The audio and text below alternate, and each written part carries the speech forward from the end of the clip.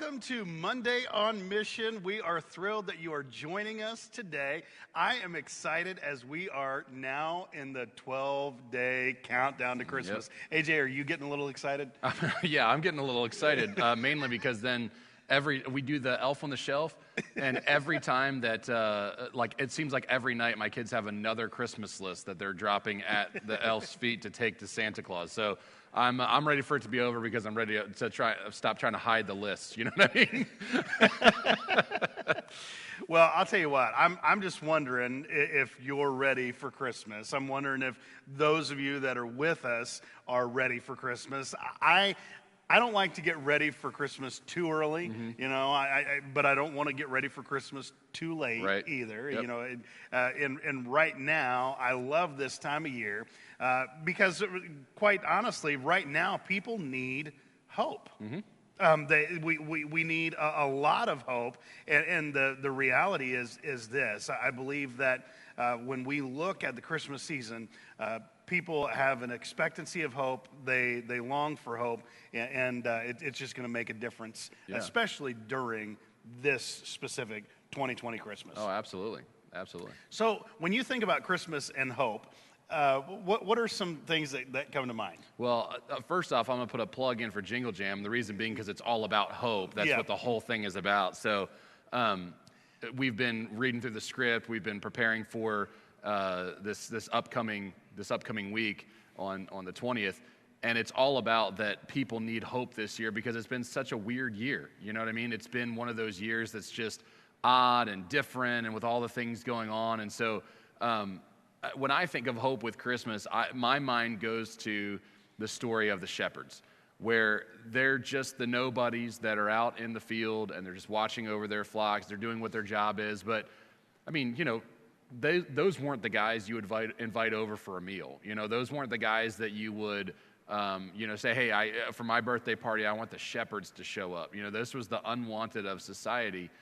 And the angels come and give them hope, not necessarily in the, hey, we're going to take away your status in life or we're going to change your position in the caste system that's here, but instead we're going to give you a name that gives you hope, and that's Jesus. So when I think about this season, a lot of times we can be hopeful about a lot of things. There are a lot of students I talk with who hope that they get AirPods. There are students who hope they're getting a phone. Yeah, that they're getting a phone or the getting new easy. One. Yeah, exactly right. Not a phone. Yeah, I know. The new one. All of us love that, right? The 12, the 11, whatever it is. My kid has been asking, Titus has been asking for a phone. I'm like, dude, first off, you're not even 10 yet. But secondly, I've been so tempted. Now, I would be a terrible parent, I know, but to get a gift card to like Walmart and put it inside of the iPhone 11 box that came with our phones and wrap that sucker up, have them open, and then open it up and it's a gift card. But I don't know that I could do it without crying a little bit when you see his face. But yeah, people are hopeful about a lot of things, but the only thing that always comes through is Jesus. The only one who ever gives us complete hope and complete restoration of that hope is Christ. You know, when I think about hope and I think about the Christmas story as things unfold, I always really go to the shepherds as well, because they were people, quite honestly, that weren't liked in society. They were looked down upon. They didn't really have a lot of reason to have hope. Right. Yet when the shepherds receive the message, they're told at that point in time, it's good news. It's hope for where they were in their life, in their setting. And I go back and I look and I think about the reality of that hope that's available to us today. Yeah. No matter who we are, no matter what's taking place, no matter what's going on in your life right now, there is hope. And when we look at the circumstances that we're in right now, people need hope. They want hope. And as we, even look at just the concept of the lights and the greenery, and you go by and you look in people's yards and all kinds of other things. There's a sense of, hey, Christmas is coming. Light, usually from a biblical standpoint, is a symbol of hope. Yep. And whether people realize that or not, Christmas truly is a season of hope. When I think about the wise men journeying, Matthew chapter 2 gives that account. Yep. It says, we have seen his star in the east, and they've come to worship him.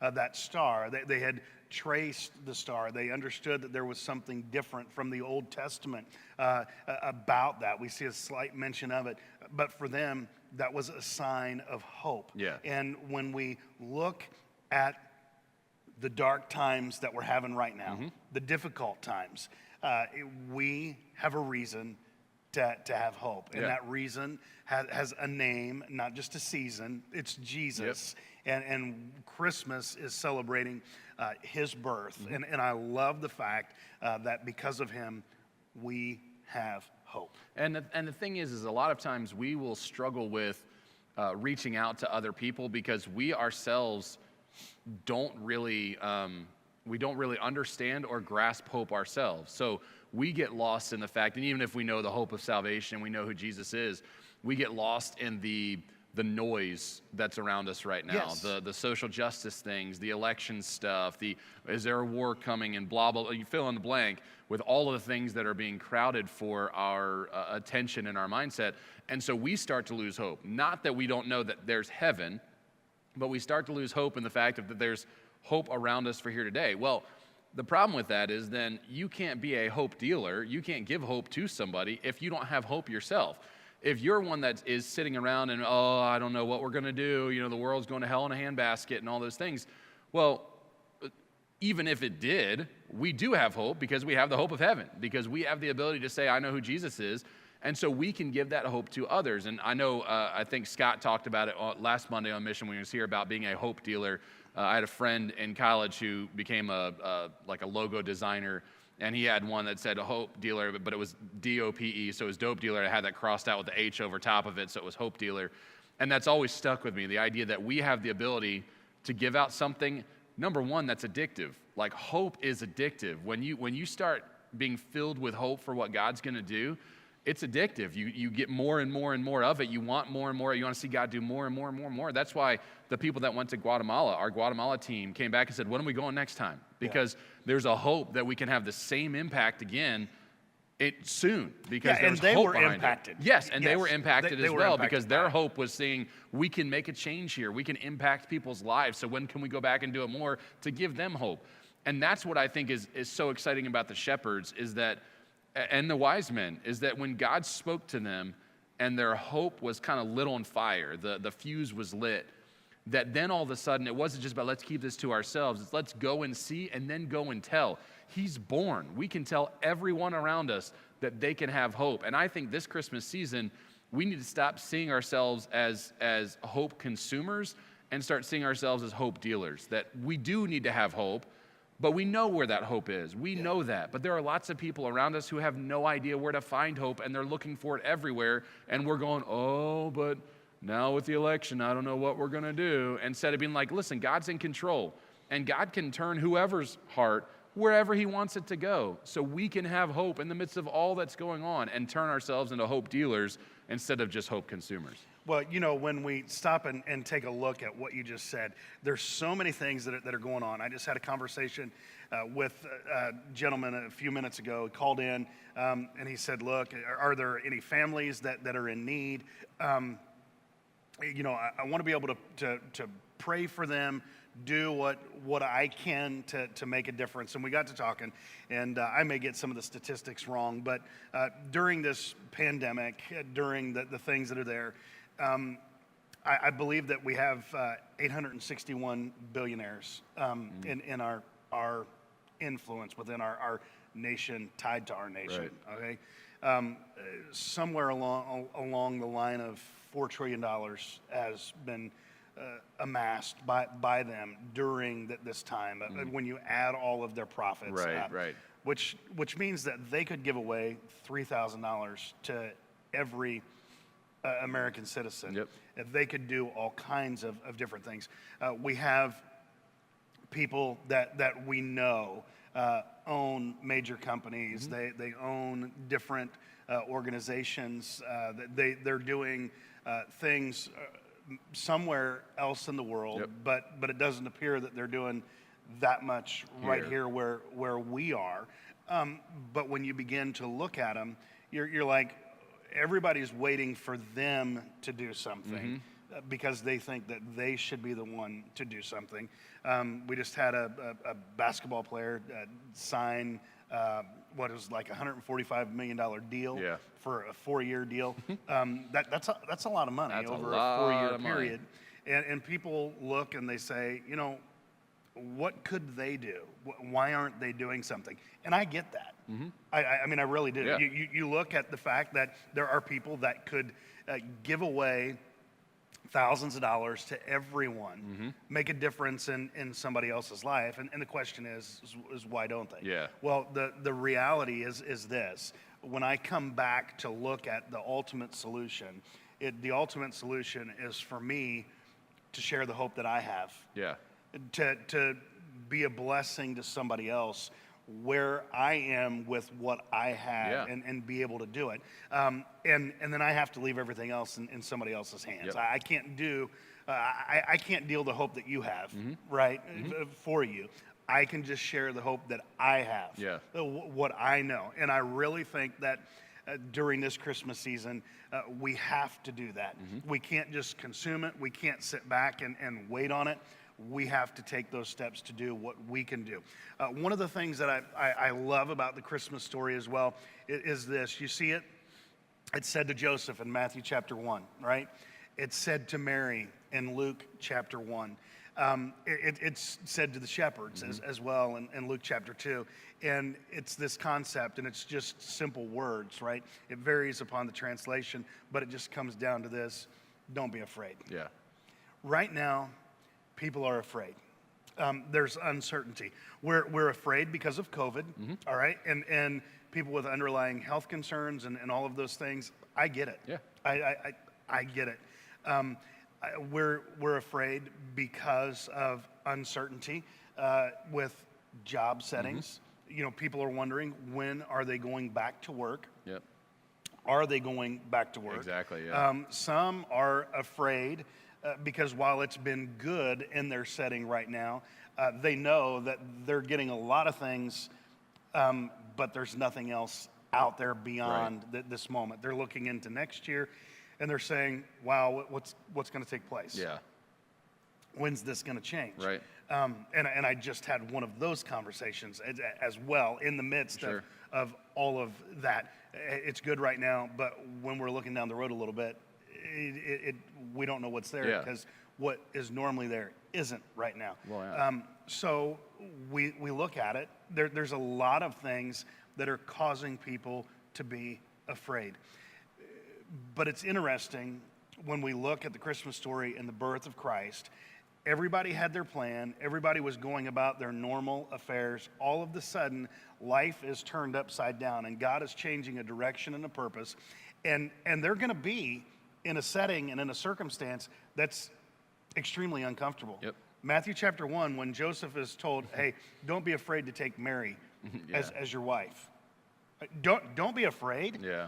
This woman who is I thought was a virgin, right? And now he's processing it, saying, okay, she still is a virgin, but what does everybody else think? Oh, yeah. What does everybody else say? How's that going to play out? He says, don't be afraid.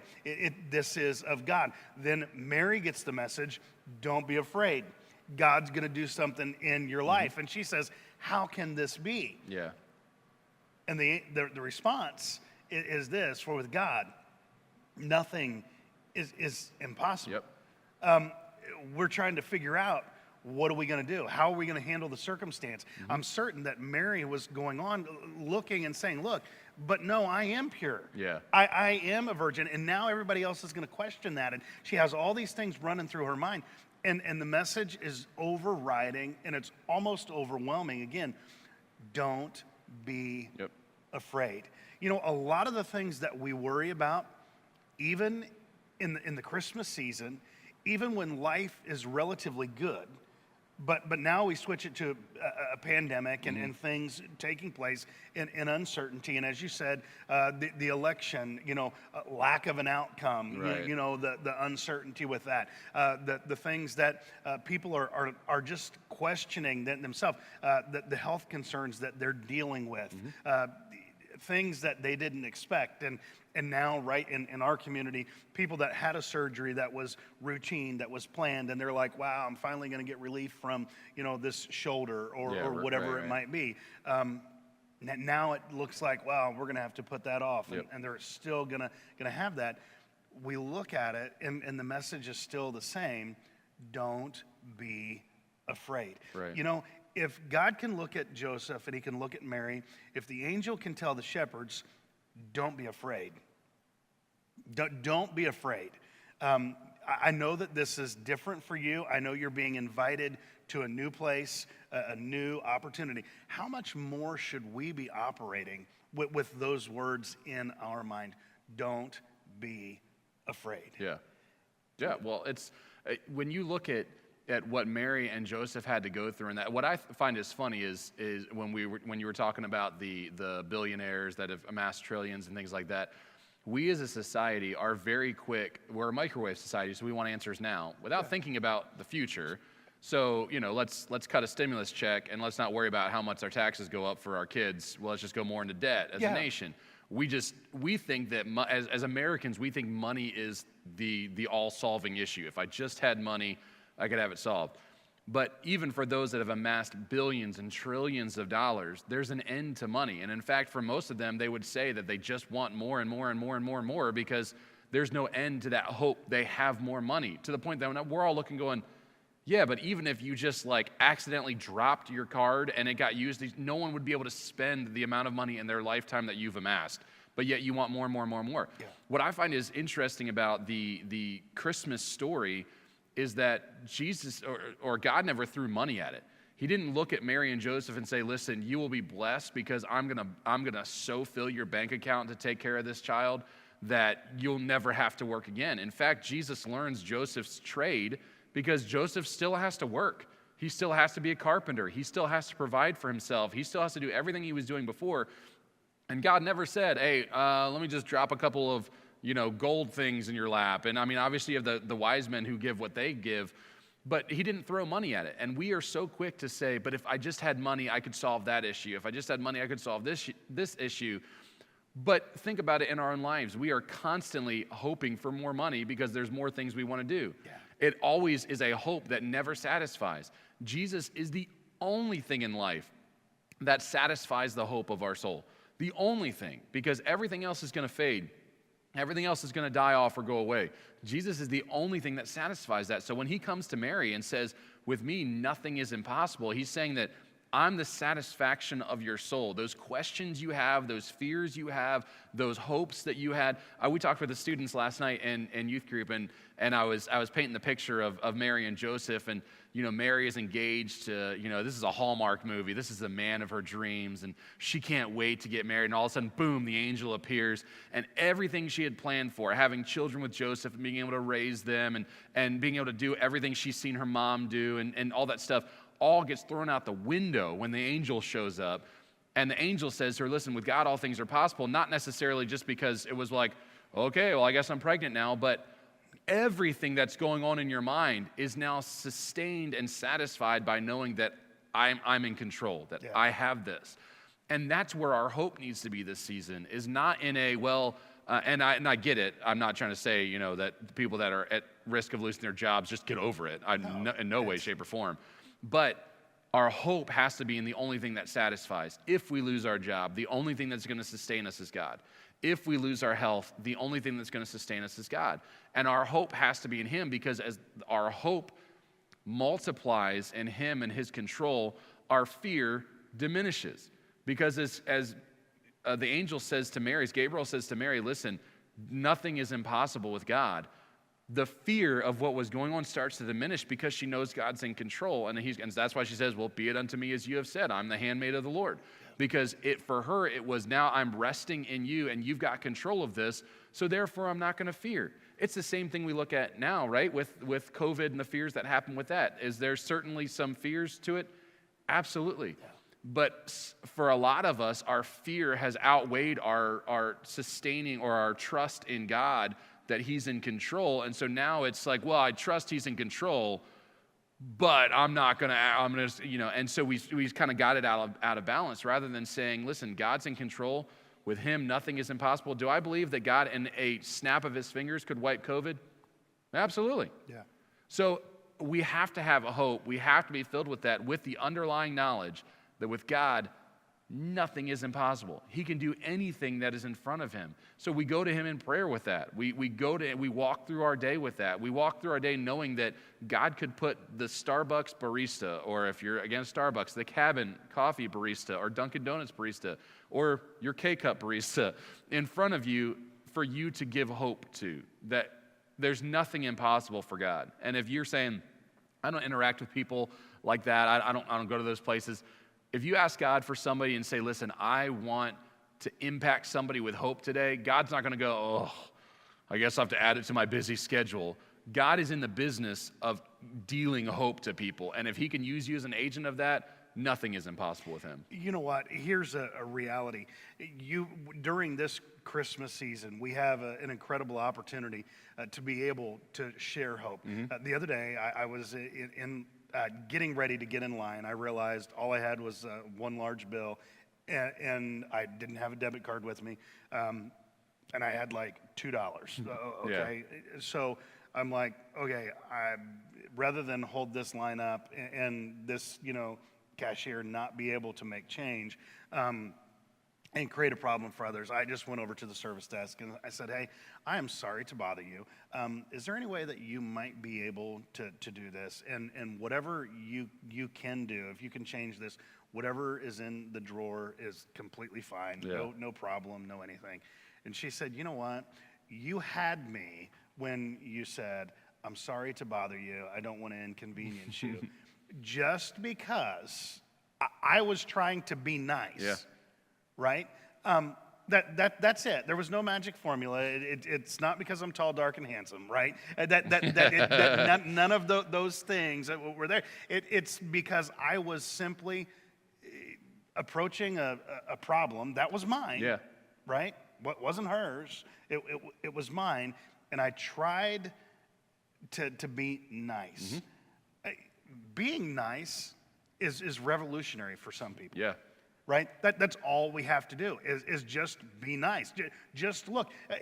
Who could you be nice to this week? Who could you be nice to today? Because people have fear. Mm-hmm. People have a lack of hope. And something as simple as being nice will often just kick a door wide open. Yep. And you don't even realize you're doing it. I stood there, had a conversation. We talked about hope. We talked about different things. She began to share her faith, mm-hmm. where she went to church, different things. And we had a hope-filled conversation. All because of kindness. Because of kindness. Yeah. And here's the thing. It opened the door after I leave for her to talk to other yep. people because her coworkers were getting in on it. And the faith conversation was already open. Yeah. And I did not go and say, hey, I'm going to go open the door for a faith conversation right now. I was nice. Yep. I wonder how many times we could just be nice and that make a difference. Yeah. Right? It's a pretty easy thing to do when we want to. Yeah, well, and it seems like it would be a natural thing this time of year to be nice. But with all the hustle and bustle and the busyness, a lot of times it's secondary. If I can get in front of that person in line, I'm going to do it. In fact, I'll give you a personal story of my own. We were at Meijer, and I was buying stuff for the game yesterday morning for the kids ministry, and so I'm standing in line, or I'm trying to get in line. There's this guy that's standing there, and he doesn't have anything in his hands, but he's standing in a line that's like really short, and I'm like, I don't know if I should go around him. It was kind of awkward pause. Well, then I noticed that he's standing there. There's his wife and son are like at the other end with a full cart of groceries that are walking down. He got in line to save the spot for when they got in, they can cut it. And I'm like, they had to have had 30, 40 items at least. I've got 4 that I just need to quickly check out. So he stands there. He's not letting us around. He lets her in, then he blocks it off so that I'm stuck behind. So I go into the next line over, and everything in me, John, wanted to start saying things to this man. just it was just this nature to just say something. And I thought to myself, like, honestly, my thought process with all those things is I'm nervous that they'll know me. That I'll be like, hey, man, how They'll you see you on Monday. Yeah, exactly. Be like, hey, man, how you going to do that? Aren't you the next gen pastor? Be like, yeah, I was just messing with you, dude. How you doing? So yeah, it's hard to know who you're talking to when their face is covered up. Yep, a lot of exactly times. right. So I silenced myself, and I told myself, and honestly, in the moment, I told myself, it's Christmas time. They're probably just trying to get through just like everybody else is, and went away. But my first thought was not kindness. My first thought was not, when he's standing there blocking the line, was like, you know what? Even if I have to wait an extra 10 minutes, really, what's the big deal? Yeah. We just had dinner as a family with Britt's parents. It was a nice dinner. We enjoyed the time together. Now we're just picking up some things. Does it really matter that much if we wait an extra 10 minutes? But that wasn't my first thought. You know what it was? It was, man, the lines are so long. We got to get out of here. We got to get through this. And you would think with Christmas on our minds, we would be kind. But it's just not our first response right now because we're thinking of all the things that we have to do. We're the microwave society. We have to get all these things done.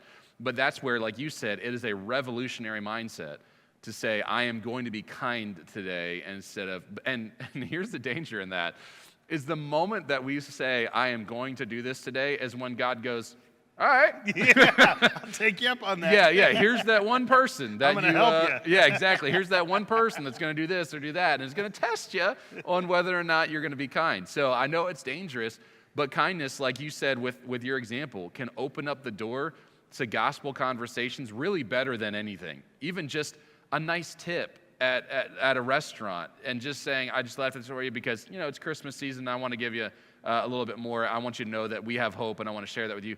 The kindness just opens up all kinds of opportunities for gospel conversations. And people aren't expecting it. No. Because this time of year, you would think that people are kind and it's Christmas and we're getting ready for a celebration, but people are up against deadlines. They're overwhelmed with fear. They're overwhelmed with uncertainty, and we have all of these things that are there. We're trying to avoid a line. We're trying to avoid COVID. Let's be honest. Yep. So there's a lot that's going on in the hearts and minds of people, and the reality is this: if we could just slow down. If we could just say, look, this is an opportunity to be kind today. This is an opportunity to speak hope into somebody's life. It's an opportunity to calm some fears. Mm-hmm. It's amazing what kindness can do and how we can begin to speak into somebody else's life in a very simple way.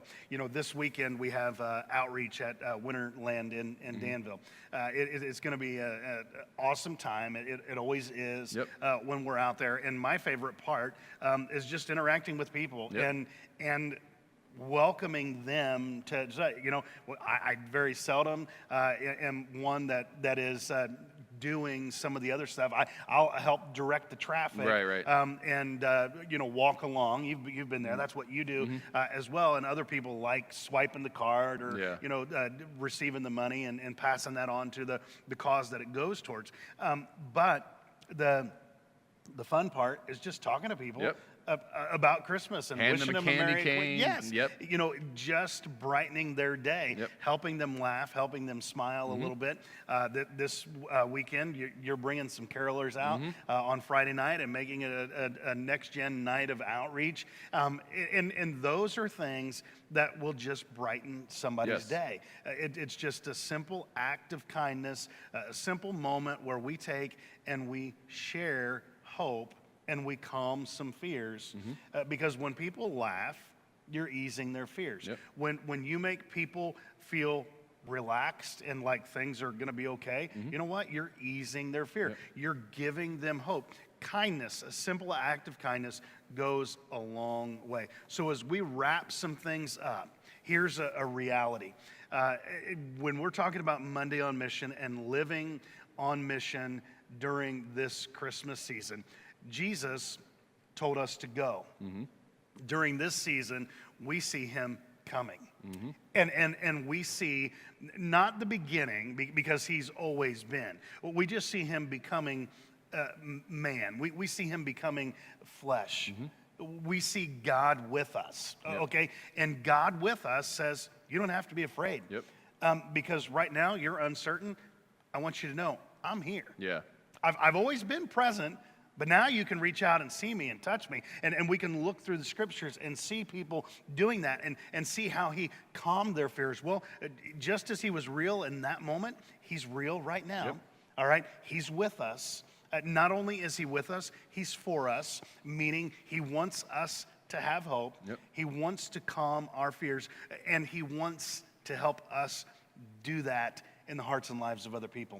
So as we celebrate this season, as we live on mission, let's just remember that simple acts of kindness, taking a little extra time, spending a moment dealing hope to others, helping to calm their fears, and knowing that God's going to take care of things. And I'm not talking about the person that's afraid and they're overwhelmed with COVID or they're overwhelmed with financial problems. I'm not talking about slapping them on the arm and be like, God's got it. Why are you worried about that? Just trust him. Because that gets on my nerves. You know, people that are having natural emotions, you're telling them that they're not as strong in the faith as you are, right? Save that for somebody else. But because when you have a fear that's real to you, we tend to act the same way. And people say, oh, I don't do that. Well, Elijah did. Okay. You know, I mean, he prayed a prayer and there was no rain. He was pretty steeped in his faith, but even he came to a point where he was afraid, he was uncertain, he was overwhelmed, didn't know what to do. The Bible says that Joseph was a just man. He was afraid. Mary was pure in heart. She was afraid. The shepherds saw the light and they're like, what is this? What's going to happen to us now? It was something they had never experienced before. They were afraid. So when we experience fear, it doesn't mean that we have no faith. It just means that we need a little help right then. And we need to be reminded, like Luke 1:37 teaches us, that with God, all things are possible. So this year, this Christmas season, let's do all we can first to share hope. Put it front and center. Pray for the people around you that God will give them hope. Pray that the Lord will go ahead and give you strength and that he'll calm your fears so that you can calm the fears that are present in somebody else's life. And here's a reality. As we go into this season, as we are looking for answers to some of life's biggest questions that we've faced this year, because undoubtedly 2020 is different than what everybody thought it would be, right? Here's the truth. God's still in control. There's still hope. And that voice that said, be not afraid, to Joseph, Mary, the shepherds, all the others throughout Scripture, is just as real and powerful today as it was then. And we need to rest in that. So with that in mind, you want to close us out in prayer and just help us to be, ask God to help us to be dealers of hope and agents to where we calm fear. We live in kindness. Father, we are grateful that we have the opportunity to pray to you. You are, I think about a video I watched recently that talked about how you are Emmanuel still, that you are God with us still in the midst of our fears and our uncertainties. You are still with us. And so, Lord, I pray that we would be agents of that to other people, that we would remind people that you're still here, you're still in control, you've still got this. Even in the midst of our own fears, would we be reminded that you're still here, that you still do things that seem impossible to others, but with you, all things are possible. So, Father, this season, would it not be about getting the AirPods? Would it not be about getting this or that? Would it be about giving you to other people? Would that be on our mind and on our heart? With our coworkers, with our friends, with our family members that don't know you, would we be about being hope dealers to those who have no hope? It's in your Son's name we pray. Amen. Amen. Thanks for joining us on Monday on Mission. Have an incredible week.